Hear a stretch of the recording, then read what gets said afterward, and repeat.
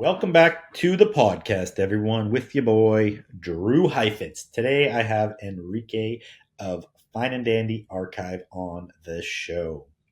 This is a great episode. I know I say that a lot, but I mean it this time, and I mean it every time. But hope you guys think they're great episodes. You're obviously listening, so we're doing something right over here. But on this episode with Enrique, we talk about all kinds of great stuff. He is a fellow Canadian.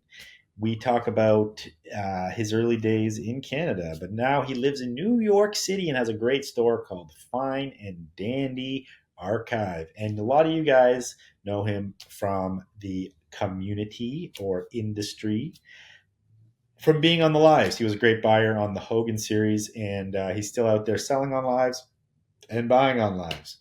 And also a great guy. He comes highly praised by all his friends in the community.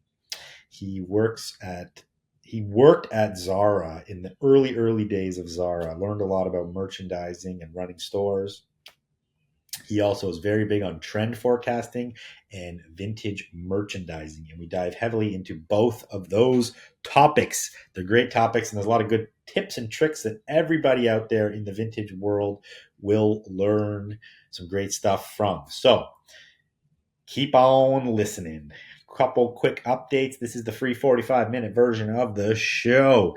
This full episode is an hour and a half long. So if you want the full episode, you got to jump on the Patreon, and you get your free 7-day trial on the Patreon. Why should you jump on the Patreon? Because it supports the show. It supports us keep on bringing you guys great guests and all the time and energy we put into this show. So to hear the full 2-hour episode, all you got to do is down below in the show notes, click on Patreon, subscribe to the Patreon, and you get all the full episodes. You don't have to worry about YouTube anymore. But if you want to watch on YouTube, if you like this platform better, you can join the YouTube channel and also get all the content there, full episodes. Again, it's a free 7-day trial on the Patreon, so you have to pay nothing for this episode. Then it's just $5 a month. Enough of that. Enjoy the show.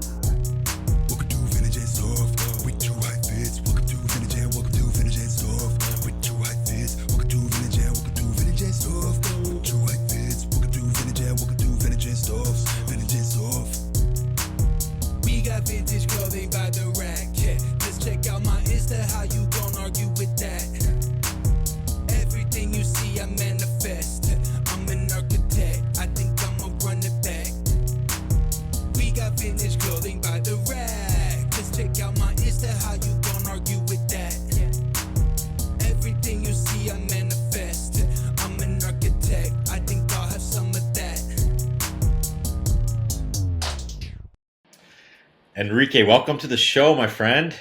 Hello, fellow Canuck. Yes. So, quick little intro here. I know you from doing the Hogan Lives through COVID, which was like 2019, 2020, I guess. Right. That's when we kind of first met. You know, I know you currently have a shop in New York City, which I'm really excited to talk about. Talk about the history of your shop, which is the archive shop to Fine and Dandy brother shop, or whatever you want to call it. It's all confusing, yeah. IG but I want to get my name and all that, yeah. I want to get into all that. I think it's super cool. You come highly praised by the vintage industry and your friends. Everyone who I talk to about you says that you have great energy. You're just a good guy to be around. You're always willing to help people, which is great. I love that. You're a fellow Canuck, which I think is rad. Yeah, so cool. And I also, I want to jump into the world of merchandising and trend forecasting with you, which also comes as something that your friends kind of say you're really into. Yeah, I love all that stuff, retail. Yeah, that's awesome. And you also have a bit of a history in corporate fashion. Yep. Which I think is interesting too, because a lot of people go the other way. They do vintage first, then go into corporate fashion. You've come from big fashion into vintage, which is rad.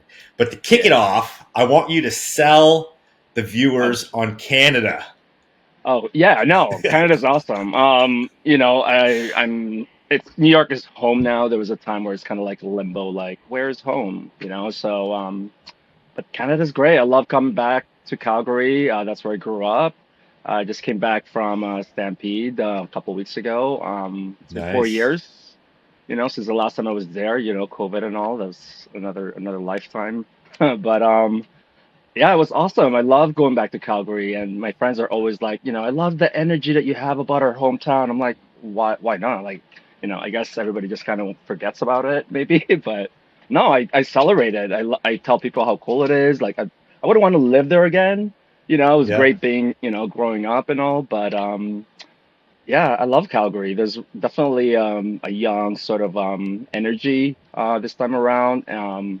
Lots of cool retail shops. I just met Tom Continuity for the first time, like in person. That was a really cool Nice. moment. Shout out Tom. Yeah. So yeah, so all this new vintage community that kind of popped up that I didn't know about, when 4 years ago or even when I was living there. So it's kind of cool to see parts of that. There was so much happening within the 10 days I was there, but I got a For little sure. bit, there's a Hello Vintage up in Inglewood, really cool shop, and from another. There's a bunch of other little ones that I popped in, but those two were the main ones that I kind of, you know, picked over one Yeah, afternoon. cool. So, like, obviously, New York City to Calgary is a massive difference. Uh, if I took any Canadian city that's closest to New York, I would say Toronto. But Totally. what are a few big differences that you see between, say, Calgary and New York City? Okay, so Calgary, I feel like it's very like corporate glossy.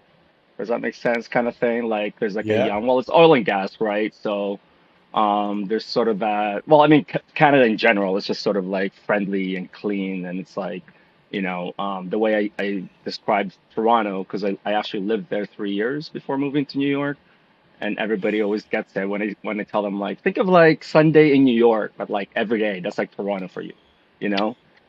So it's got like Okay. all the cool stuff that New York has, but maybe it's a little bit more chill. Like all the locals are, away in their homes outside the city, some tourists, but it's like pretty clean, pretty chill. And like Toronto's like that, you got to travel a little bit more. It's got all the cool spots that New York has, and just nicer people, maybe, um, uh, polite, right? So Calgary's sort of that, but there's sort of the main thing difference that I found in Toronto and Calgary, I guess, it's just like it's very sort of corporate. I mean, I think it's the oil and gas influence like economy that that has.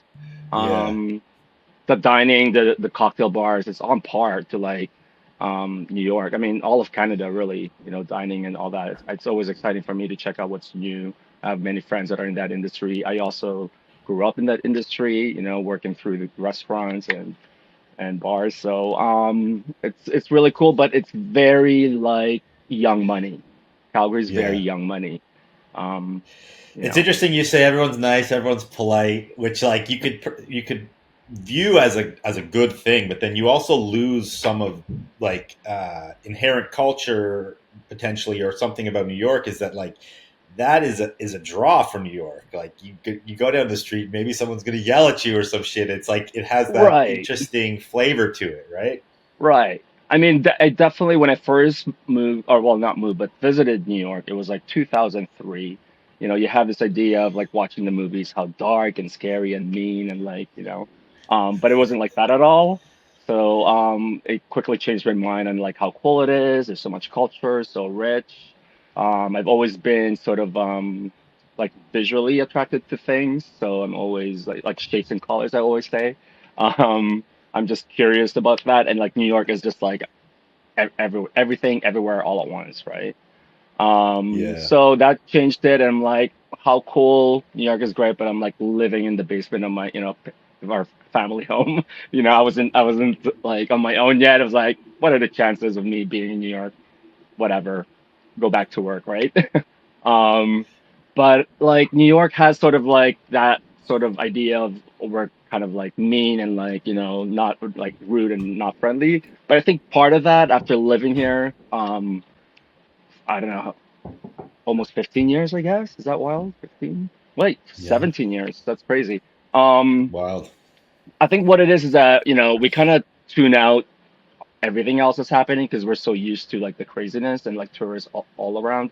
So we have that sort of blinders on as we're walking, and so Yeah. that can kind of look as if we're like mean and like not friendly because we're just getting to like point A and B, right? We know our route, down the subway, take this transfer, and we're like zoned out. So I think that's maybe why it could come across as that. But the minute we would see somebody like struggling with like a map or like trying to look around where they are, like I help them. A lot of us will kind of like, are you lost? Because like we all kind of been there when we first arrived in the city, so we want to help them out. So I think if we stop and like kind of chill, then like we're friendly, maybe. Yeah, and I think you're right about that. There is more of a hustle bustle mentality, and definitely like a hustle bustle stereotype Right, that right. comes with New York City compared to say West Coast or maybe Canada. But New York Yeah, also has, sorry, Toronto also has that hustle bustle stereotype. I think it's like an East Coast versus West Coast thing, where the yeah, West Coast is like they're too hustle bustle, they're too go go go, it's too high stress for yeah, me, and then the opposite is true, where East Coasters are going like they're just laid back surfers or hippies or whatever. And right. And I think part of it is like, New York is such a walking city, right? So you do see you see our facial expression. We're not in our cars or driving and like chilling on like music blasting. Like it's not that.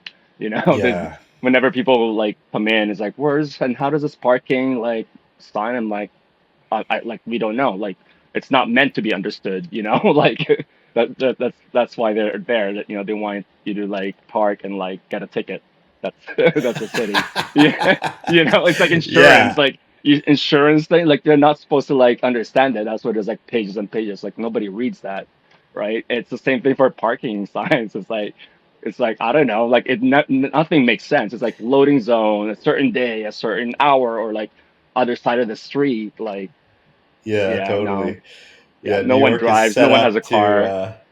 Yeah. Yeah, exactly. So, which is also cool because you experience more that way. You actually get out, you see, like you said, you see people's faces, you walk more, and you learn Right. something new. It's like being in the passenger seat of a car versus driving. You're going to see something different along that trip. Totally. Totally. I think you That's mentioned that in awesome. your last podcast saying, just change your route, right? And that kind of like give you a different kind of perspective or different outlook, like your brain kind of changes. And so, Yeah, okay, for we sure. can get into sort of like me like paying attention whenever in a subway or like people kind of congregating and like certain colors will pop up. This will kind of take me to like trend forecasting. Like that's how my brain works, sort of like taking notes of like what colors am I seeing people are wearing, or those two people just happen to sit together randomly, but like I would never put those two together, two colors together. And so that's kind of Yeah, like how I kind of like make mental notes of like, oh, I could do that on my wall like when I get back. Like that's like I would never think those two colors would go, and then I would put that on the wall, and it's like a cool thing, and it's like yeah. So do um you? I love this topic. Do you? Trend forecasting is obviously a major business. It's a massive, like, there's a whole sub business within fashion that does this work of oh trend yeah, forecasting. And when you look at trend forecasting, I've like done studies on it a little bit, and I'm not yeah, too deep in it, but just being in fashion long enough, you learn things. New right, York is like an epicenter, right? New York is such an yeah, epicenter because so many like underground street trends in general, they begin there. They begin on the right, streets of New York City and in the subway, and there's these very small pieces of counterculture that start to do right. something that spread, right? So yeah, like talk about this more. Your trend forecasting and like what interests you about it. Like you said, you see colors, you see different things, and Yeah.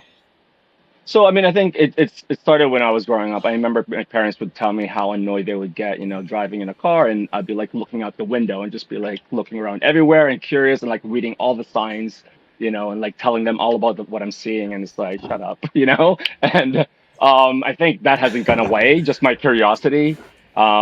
And trends happen like really, and like not just New York City, really, right? It's anywhere where there's dense like activity, people yeah. or things or whatnot. And look at like Tokyo and Harajuku and all of that, and anywhere really. I mean, now it's like all basically Instagram, but Yeah, I'm just aware. I'm just curious and always observant. It's just me generally, and so that's I think why I've always been sort of in retail or people facing jobs all my life, right?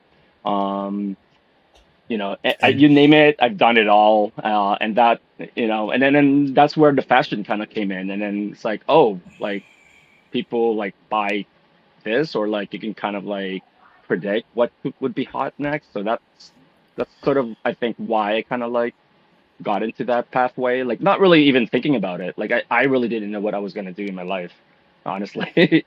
yeah, Kind of things just fall into place. Like, oh, this was cool. These people were cool. Oh, they want me to, work with them. Like, I'll try it, and then like kind of like very organically, I guess. Right? yeah. I want to throw back to the Zara days. It was Zara that Yeah, you yeah, worked for, yeah. right?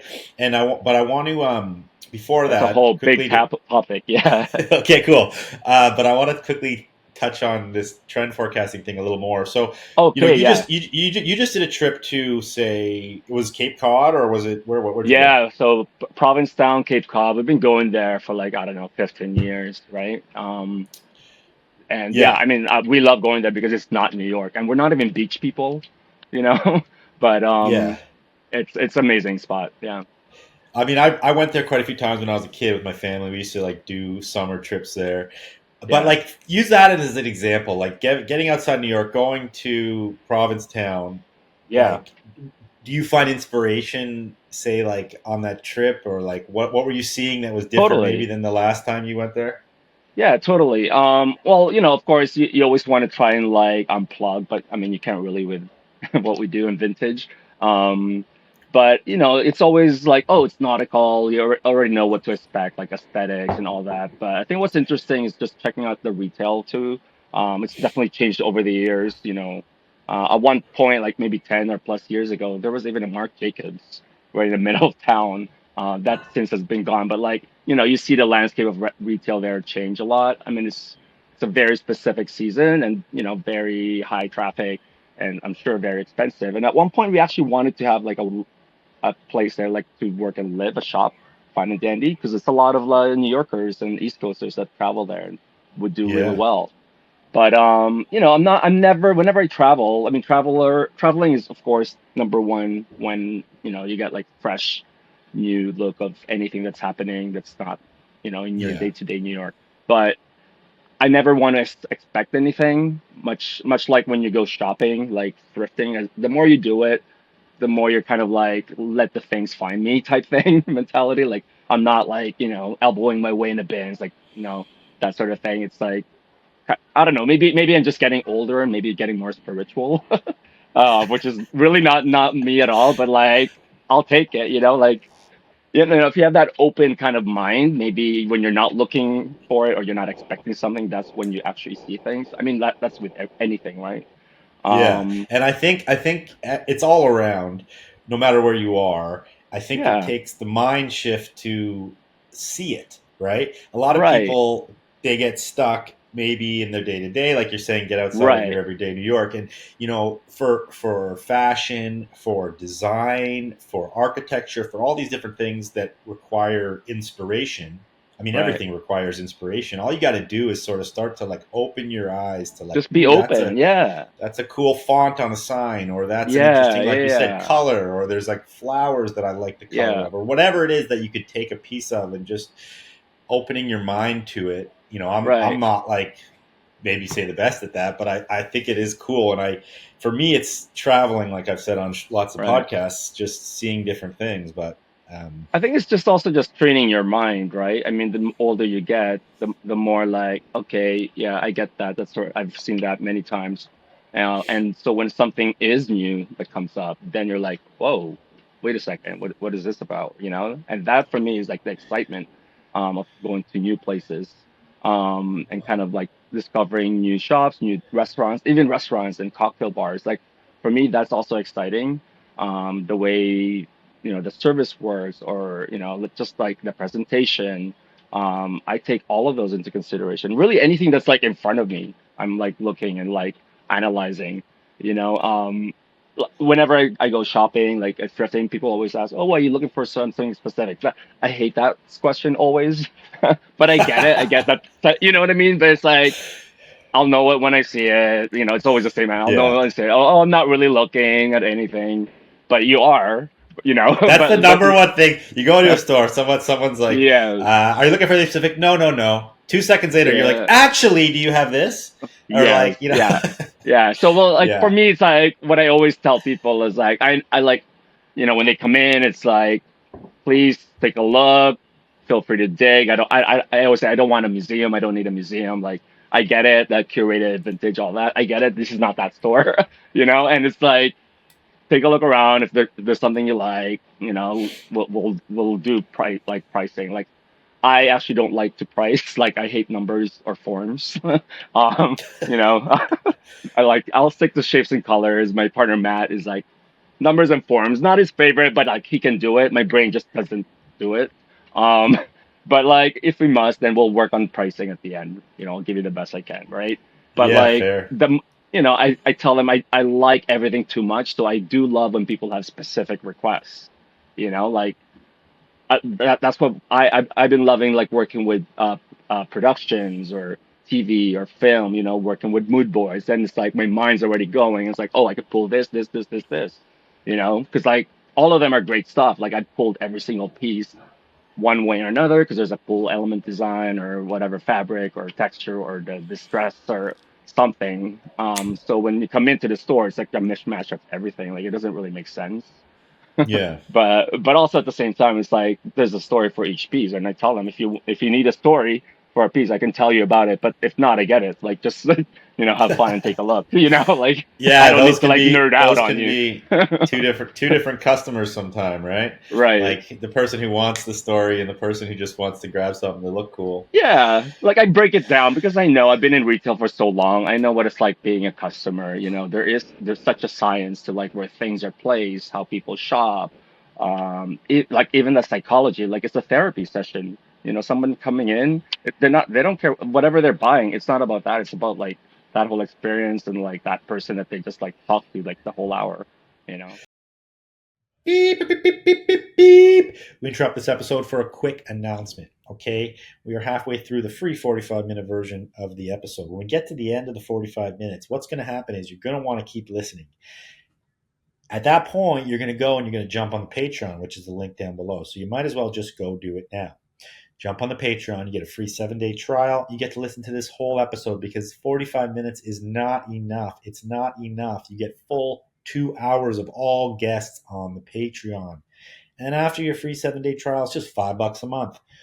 Why should you get on there? Because there's so much more knowledge to soak up. There's so much more interesting topics that we talk about. Every episode, we go deep. Listen to the full 2 hours. Join here on YouTube by clicking join down below or click the Patreon link and get your free 7-day trial. Back to the episode. Sure.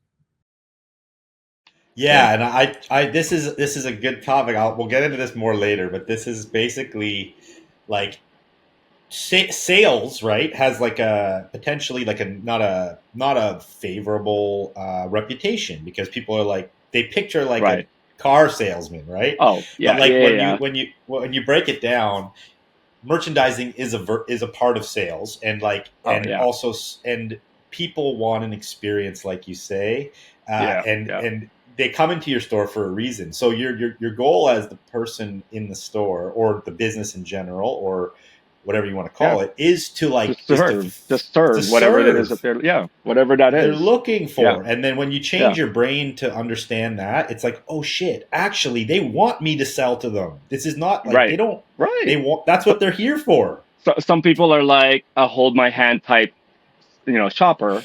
Like, you know, not my favorite, but like I get it. I'll hold your hand, fine. You know, like if that's you. So it's all about just matching each person that comes in your shop, and the more you experience you have in, you know, in selling or retail, the quicker and better you get at like, oh, okay, this is them. Let me match that. This is oh, they're like high energy. Let me be high energy. Or like, oh, they're chill, like laid back. Like I'll get you if I need anything. Cool, I'm right here. You know, Yeah, just give me a totally. shout. So I mean, it's you know, it's again like all my life.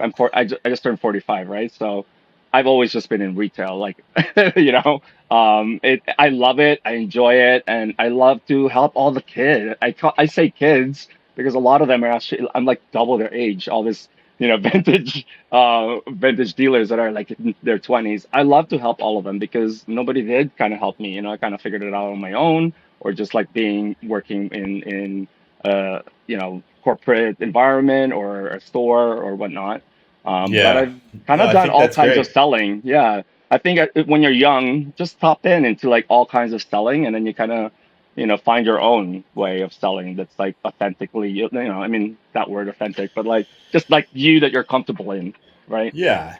And to speak on that, you're 45, I'm 42. We're like the same generation here. Like our Yeah, generation probably went through a lot more jobs before we found what we were going to do. Today's generation is a yeah, little different where like because of the internet, they're finding like these like personalized career paths at a way younger age. So they're not potentially learning certain skills that we had to learn the hard way of actually going and working jobs, right? right, Now, right. I think like I'm not like a hater on that. It's just sort of the landscape has changed, right? And I Yeah, think it's yeah. it's very And the different. world. So, that, I mean, yeah, the world has changed. exactly. Like. So on that note, I want to jump into your Zara days because I Yeah, think this is a very interesting topic. But one quick question before we jump into the Zara days. Okay, if you could wear one outfit forever, yeah. this is your forever outfit. What you would call like your personalized uniform. What do you Oh got? wow.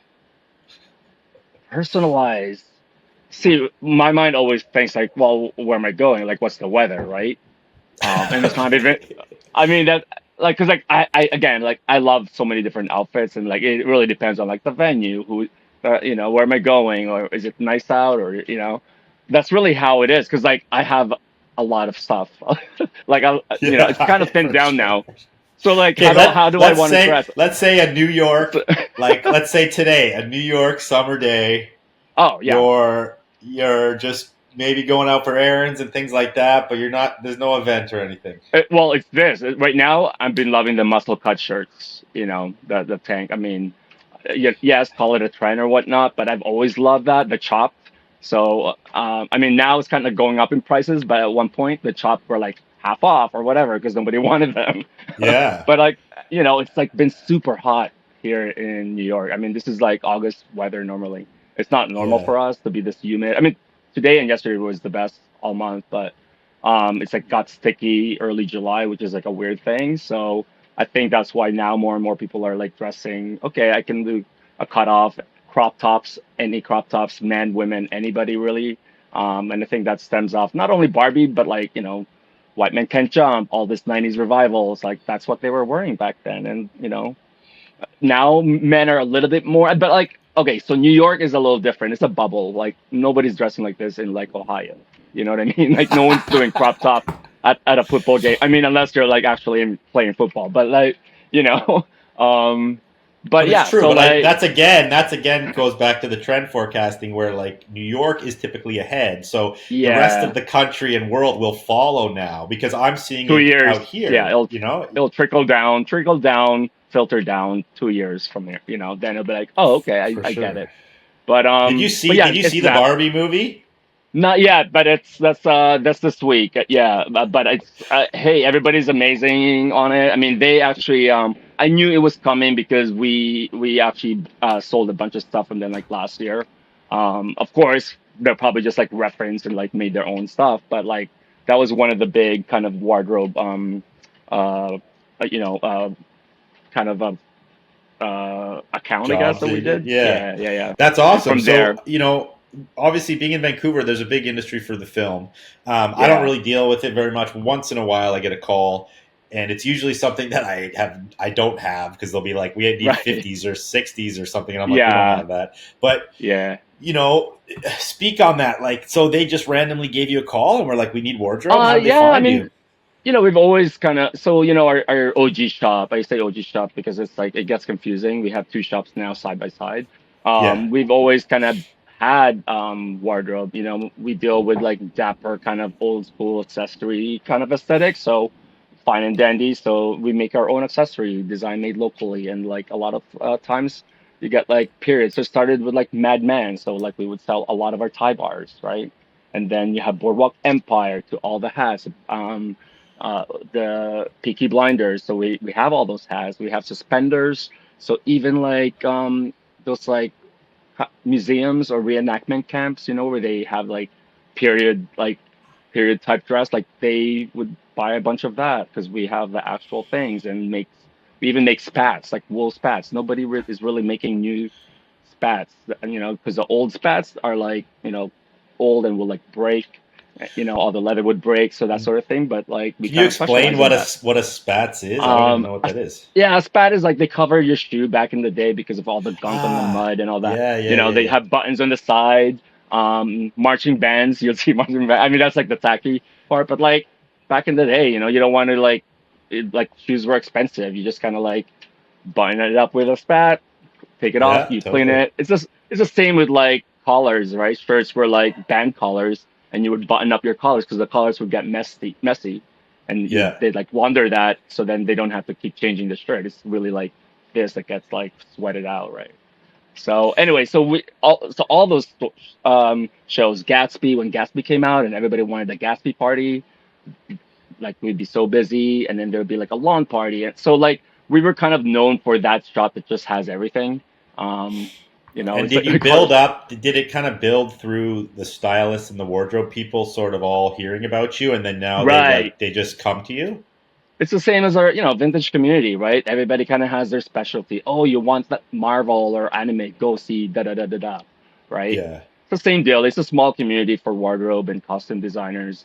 And we try to always work with them very well and nice because we know how hectic and everything's urgent with them. And so, and I think being nice to them, kind of like, oh, I like that spot, they have everything and they're actually nice, like let me recommend them. And they're also very kind of protective, right? Like you don't want to show everybody like where you're picking, you know what I mean? So it's the same deal for them. Like they don't, like that, kind of keep that resource, in their close circle, right? yeah, totally. I And mean, I through love that that, point. Just being nice is very important, no oh matter what industry you're in. Because a lot of people would say, "Oh, this is a movie. I'm going to tax them, or I'm going to this or that." They have all the money, yeah, or da-da. But in the end of the day, they're people. They have jobs. They're contracted by whoever they're contracted by, and they want to have a nice experience, yeah, right? It's the yeah, same as yeah. anybody. They're making notes. Like they also have a budget. I mean, different networks, of course, have higher whatever, but like they're making mental notes. Like, that's like crazy. So like they're not gonna come back, right? Yeah, Um, totally. and actually, like through there, I mean, more and more. And then as soon as I opened up, then the whole '90s aesthetic is big and all that. Then I just got all the, from because everything's '90s now. No matter if it's set present day, they still want the '90s vibe, not the '90s aesthetic, even though it's like present day. So it's Yeah. not going anywhere. Like, there's American Horror Stories has come through, or Sex and the Sea, and just like that. There's season. That's been a very big one this month. The Bear, one of my favorite shows, The Bear, about that whole restaurant culture in Chicago, amazing. And all those like wardrobe and designers, all really cool people, really nice people. Ghostbusters to indie and mini, small movies, small pilot. There's like a pilot season, so a lot of times that's like a very busy time for us. But like what's happening now with the strike, it is affecting definitely a big chunk of our business. You know, with a strike happening Yeah, for that's writers and the actors. writers' strike. Yeah, I've Yeah, heard that, and yeah, I've heard I have friends here locally. Like I said, the film business is pretty big out here, so I have friends that do PA stuff or work in totally. wardrobe here, and they're all kind of like just having a fun summer off, you know? Yeah, until it's like, okay, let's get back to work, I guess. Yeah, Like, yeah, hopefully they figure it exactly. out. It's one of those things that happens every so many years, right? Yeah. Um, All right, so let's jump into the Zara time. Tell us about yes. your experience working for the huge clothing So conglomerate Zara. yeah, so Zara, if people didn't know, I mean, Inditex is like their umbrella company, right? Like the world's largest retailer. I don't even know if that. I think they still are. They probably still are. I haven't really checked that, but they Okay. own 8 brands, and Zara is the main one that people know about. and I had a chance to work with both Zara and Massimo Dutti. Massimo Dutti is sort of like like an older like sibling of Zara, I guess. So Zara started as a part-time job. I took like a stock job back in like 2002 maybe. So I was with I was with them for 12 years total. But 2002, I was I had a telemarketing job Wow. with TELUS, cushiest job ever. Probably will never get paid anything higher than what I was making there. Seriously? Um, okay, so if you want to be in sales, take a telemarketing job. If you can hack that, you can sell anything to anybody at any time. So Yeah. you were good. You were working on commission, of course, right? Yeah, and what's crazy is this is during the ADSL. Like everybody's just switching to ADSL internet, right? From like dial-up. I'm that old. Um, right? Like remember like the Yeah, dial-up. yeah. Anyway, so yeah, so I was doing that, and maybe I was also doing Starbucks. I also work at the very first Starbucks in Calgary. I was on that team. Wow. Like yeah, which is like wild. I don't know how many. There's probably like 1,000 now. Anyway, so I was doing that and doing 20 hours a week, cushy job because I'm like, oh, people are making money there, right? So I took a job. Um, 20 hours a week, cushy. You're in a cubicle, you chill, all that. But like as soon as I got there, it was like tough. I couldn't get a sale. People would hang up because it's like cold calls. It's like then I'm like, how are all these people making money, right? I'm like trying to figure it out on my own. Like I want to get there, and like it took me like about a month until I'm like I had no commission. It took me a month to like figure it out, like kind of like changing my script, right? You got to have a script that's like like and Yeah. what I learned is that, on the phone, it's all about the tone, right? You can't be like you got to make sense, you got to be slow, you got to be someone's friend. Um, but also like even words, right? So it's like you think about like, oh, let's take a look at your statement, or versus like, do you have your bill this month? Or like, let's go through your statement you know. So it's like a very different kind of thing. So like I perfected it. So as soon as I got that, sort of like my script, and it started coming in, all the incentives, there's like contests in our team. I would get all of them. People hate and like an extra dollar for every connect, da da da. Da. And I was then there's a moment where I'm just kind of like chilling and like surfing the internet while I'm like on the phone and just making money.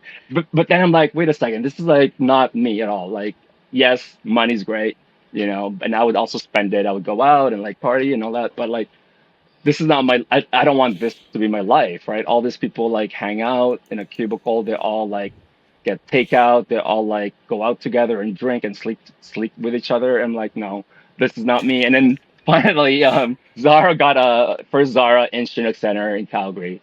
And I'm like, wait a second, like we were just in Barcelona the summer before. I'm like, this is the store where like we all like freaked out, like everything's fashion crazy trend and like super cheap. And over there is like even cheaper. Um, and then I'm like, that's kind of cool. And then I get a call from my friend who got a manager job. And she's like, you should, check out this new store. I'm like, of course, I know this store. I want in. So I went in part-time stockroom and from there I'm like, this will be my last retail job. Like I've done fashion, I've done all this retail, IMAX, YMCA, Starbucks, all the restaurants, all Earls even. And I'm like, let me see what this is about, right? And from there in the stockroom, I started learning how the culture of Zara and reading about, the history and just like how different it is from any other job I've ever done. You actually really run the store, like your team there, and not by like a head office in like Barcelona or, Toronto or wherever it might be. Like they actually tell you like, guys, what's your best seller here? Or like what's working. They come in and like, do a meeting. And now think about Zara now and Zara then. Like it's a very completely different company now. Yeah. So like I love my time there and all the team, and it was more like a boutique back then. I think that's interesting concept because you're saying that Mhm. like when I picture it, again, I have not much knowledge of Zara in that time period at all. But when I picture like McDonald's concept where they're like this, it's everyone is the same. But what you're saying is like they let you guys have your own freedom to run the store how you need it to. Yeah.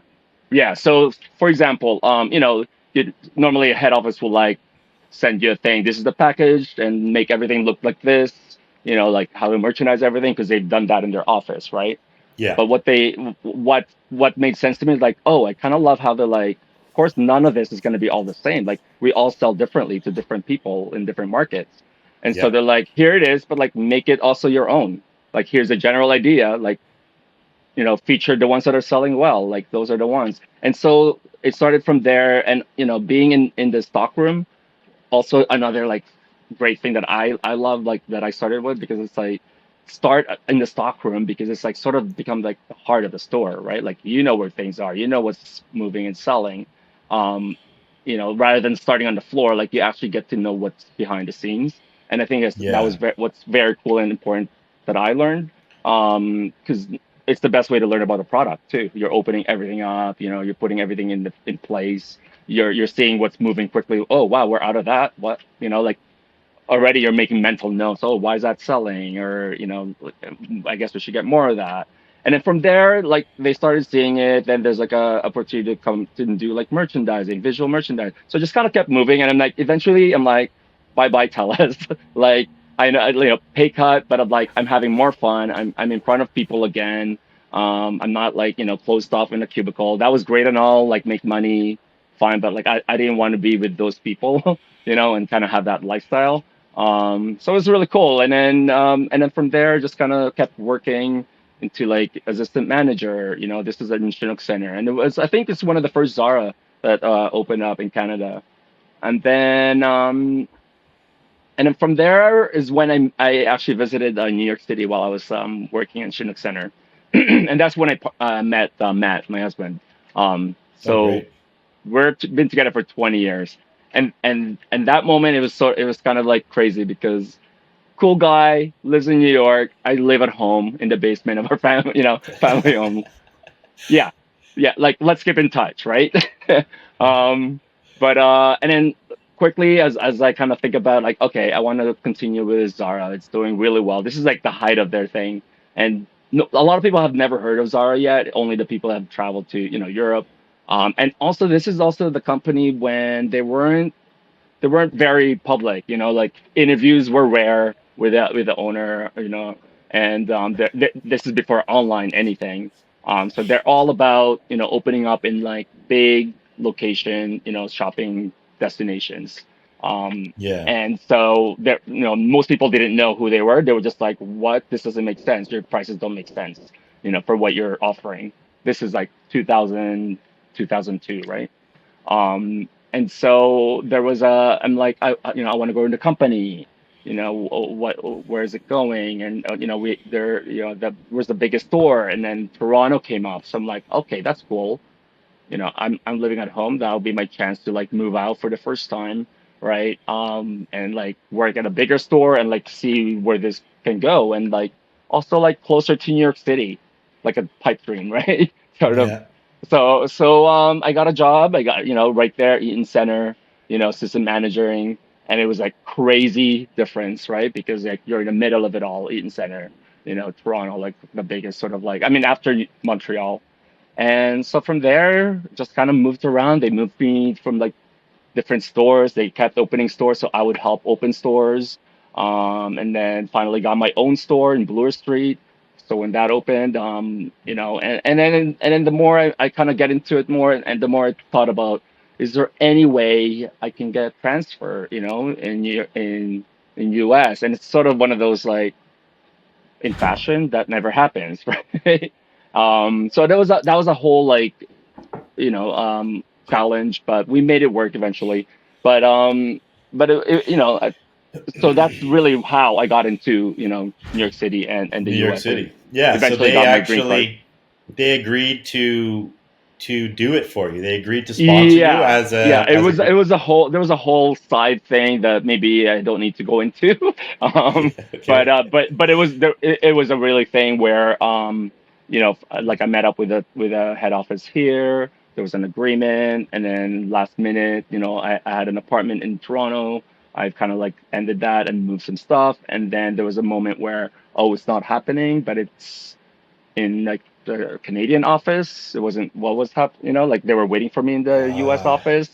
So there's a whole thing there. So what did well, it is it is worked is out. Matt. What did it is Matt writing a letter, and this is why he's the best in like words and numbers. um, and like it went through. Then that's when I found out about what actually really happened. At the end, I don't think they had any replacement for me in Canada. So I They think that's what it like tried was. to pull the plug right last minute to keep I you. think I mean, yeah. and But yeah, obviously yeah. it's obviously you're valuable because you're valuable enough that they're willing to do it, and then you're valuable enough that they're willing to try to keep you in the other place. So Yeah, it it was a tough speaks to time. It's like, just yeah, it was just yeah, a I would tough time imagine, yeah, because you also like know, we dated for 3 years long distance, right? And that was like a thing like we're gonna be finally like together. That would make everything so easy, like yeah, So yeah, so stressful that was times, man. that was the toughest time. So then after that went through and me in New York City, then it was just like icing. Like Yeah, what? Like how am I in New York City selling clothes? And like surgeons probably are having doctors are having a hard time getting through that. I mean, this is a different time then too, before all the politics and all that with immigration. But yeah, no, super thankful it all happened, of course. And that made it easy being in New York City and being with your partner. And so I did that for a while, and my Matt was in Broadway theater management. And so that's where we kind of started, build then started kind of thinking about Fine and Dandy. So did that awesome. answer the question? I kind of like, well, Yeah, Zara was, no, that Zara, that totally answers it. One thing I wanted to bring up about Zara was that, back when you started there, like fast fashion as a concept, as a term, wasn't very like in the mainstream. Nobody talked about it then. yeah, Fast fashion now, fast fashion wasn't even a term yet when I was exactly. working in 2002. Yeah, And then now it's like on everybody's tongue all the time. right. But it only happened. So they were like they were probably the first big one to really like offer trendy clothing Yeah, at like a cheap price, right? And and then it's they and put it's quick, right? And part of it is the logistics. I mean, the way we travel from Europe to the warehouses to our shop to all the shops, it's like 2 3 days.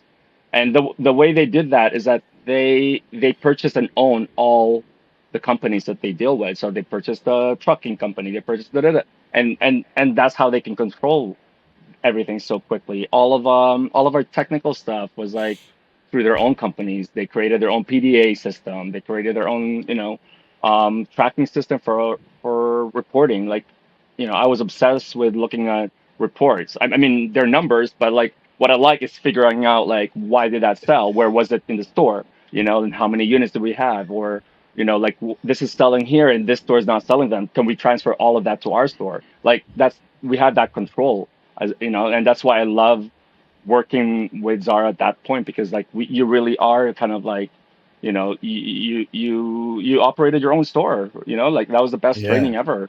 One store wasn't selling, like send it all to me, or we can order, I can pick up the phone and order through my manager, like in person, who's in Barcelona, and have his like personal email and be like, this is the trends that's coming. Like, we need more sort of like this. Here are the photos, and be like, Enrique, you're so right. In 2 weeks, when you get the season, you're gonna see it, and let me know what you think. And then it would like sell out, like stuff like that. And like, there's nothing there. I don't think there's any retail that can do that, and now. Well, it's also moving so fast now. I mean, trends are. Once again, we have come to the end of the free 45-minute version of the show. I know. What a bummer. You guys want to keep listening. You guys want to hear all the great things Enrique continues to talk about on the full 2 hour episode. So here's what you got to do. All you have to do is click in the show notes down below. Join here on YouTube. Join the channel and get the full 2 hour episode, or click the Patreon link and get your free 7-day trial on there. You download the app, you have it on your phone. You can tune into the full video. You can tune into the audio right there, the same way you listen or watch anywhere else, and you get all the full episodes there. Patreon link down below. If you want to support the show, you can also shop on FisandFrankVintage.com with code VTG and stuff, 30% off. And anybody who's joining the Patreon now is getting some free sticker packs. Or if you join on the YouTube, you get your free vintage and stuff sticker packs, as well as a little bonus sticker pack that I'll be sending everybody. If you're on the Patreon already, thank you guys for signing up. If you're not, please sign up down below. Get your free 7-day trial now. Then it's just $5 and get your free sticker pack. Let's go. Have yourself a great day. In the words of my dad, Dave Heifetz, be happy, not crappy.